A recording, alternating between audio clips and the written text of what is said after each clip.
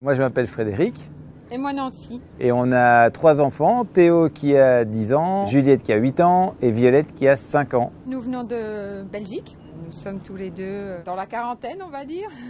Et on a des enfants qui grandissent et on s'est dit que c'était maintenant ou jamais, voilà, de profiter d'une parenthèse en famille pendant 1 an. On va faire un tour de l'Atlantique qui devient, somme toute, on l'a découvert, un peu classique. La seule chose qui l'est peut-être un peu moins, c'est qu'on va combiner avec un projet humanitaire au Sénégal au mois de novembre. Le but, c'est d'aller démarrer la construction d'une école maternelle, une extension, donc c'est avec Voile sans frontières. Il y a beaucoup de navigateurs qui sont déjà passés par là. Et puis donc on va les mouiller pendant 3 semaines, 1 mois devant le village de Diogan avec les enfants. Pour ensuite remonter et retraverser via les Açores.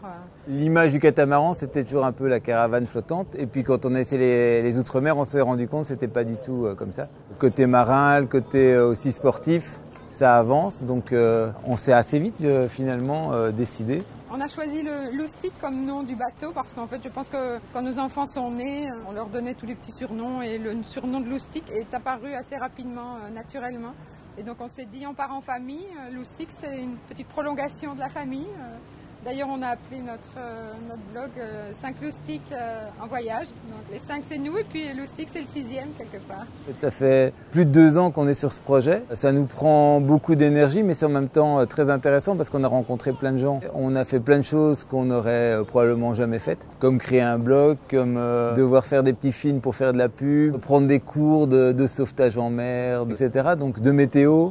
Ce que j'espère c'est qu'on en revienne plus fort et plus soudés. Je pense que c'est aussi donner une opportunité à nos enfants de voir autre chose. On a l'habitude de voyager avec eux, mais bon, c'est toujours 15 jours, 3 semaines, c'est assez limité dans le temps. Donc là, je pense que l'idée, c'est vraiment de se découvrir aussi mutuellement. L'école de Diogan, aidez-nous! Concernant le projet de Diogan, on peut peut-être se demander pourquoi construire une école maternelle et en quoi c'est important. Donc il faut savoir que dans ces villages très reculés, la seule moyen de subsistance c'est la pêche. Ils vont récolter des coquillages. Et donc c'est fait par les mamans du village. On sont en fait ravis d'avoir une école qui pourrait accueillir leurs enfants, comme ça ils sont en sécurité. Et elles sont prêtes à payer une institutrice. Et donc ce qu'on recherche simplement, c'est des fonds pour construire en fait l'école. Donc c'est une somme qui s'élève à 7 500 €. Pour ce faire, on a utilisé la plateforme de crowdfunding Helloasso.